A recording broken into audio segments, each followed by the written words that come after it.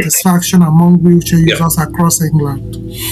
Yeah, definitely. And I think you're right there. Participation with the client is the most important thing, because no other business would accept a 75% sort of failing or complaints, or dissatisfaction, in their product. Yeah, very true. It's one thing, as you just said, also about having a perfectly fitted wheelchair. But if that person isn't really comfortable as such, or isn't able to do all the functions that they want to do, they'll still be in the same boat that they were, before that prescription was made. I know from my own experience. I had 2 years ago. I got a wheelchair through my local wheelchair service. Yeah. And I've yet to have any kind of survey or phone call or any follow up to see if the wheelchair is still right for me, or did it meet my needs at all. And whilst I can appreciate from being a healthcare professional's point of view about all the restrictions and time limits and time constraints on our therapists, as a wheelchair user, it makes me feel as though it doesn't really matter what they give me. Yeah, what you're saying makes a lot of sense. That follow up could actually be very helpful in averting, the person's dissatisfaction, or to also identify potential changes that would have occurred, because of course wheelchair user is using a wheelchair is a dynamic process. You have a daily life to live and things can change and all of that. So I agree with you. I think the other thing that is very limiting, I think in this part, the clinicians are basically not to blame.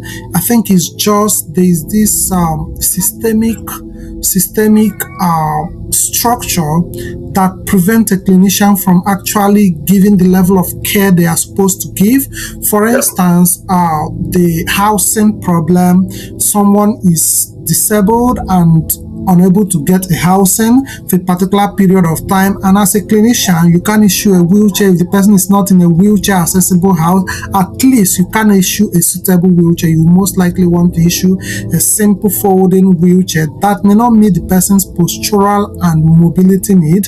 However, that would be what can be issued, because one, maybe they are living in a place with flight of stairs, or they are living in a temporary accommodation, several factors. I think that also is a systemic thing that needs to be dealt with to actually give clinicians the opportunity to be able to give the height of care for which they are trained to give. Because I have been handicapped in several cases where I've assessed somebody, based on your condition, you are actually eligible to get a particular equipment, and with the features that you can get in that equipment, life could be better. You would be able to at least achieve maybe 60% of the activities you can currently do, and that would basically improve their quality of life and all of that.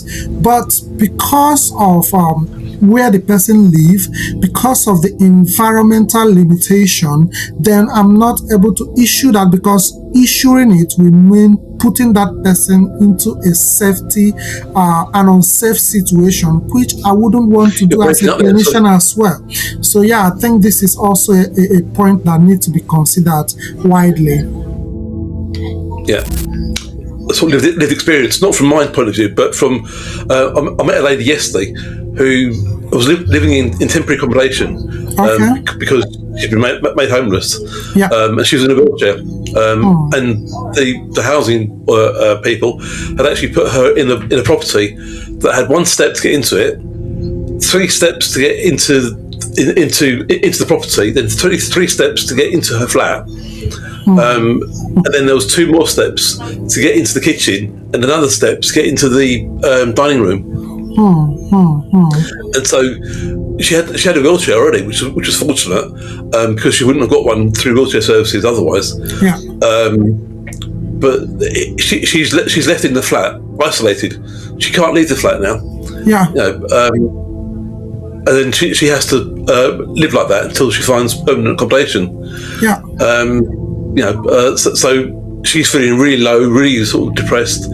She's just started a new job that she can work from home from, fortunately. But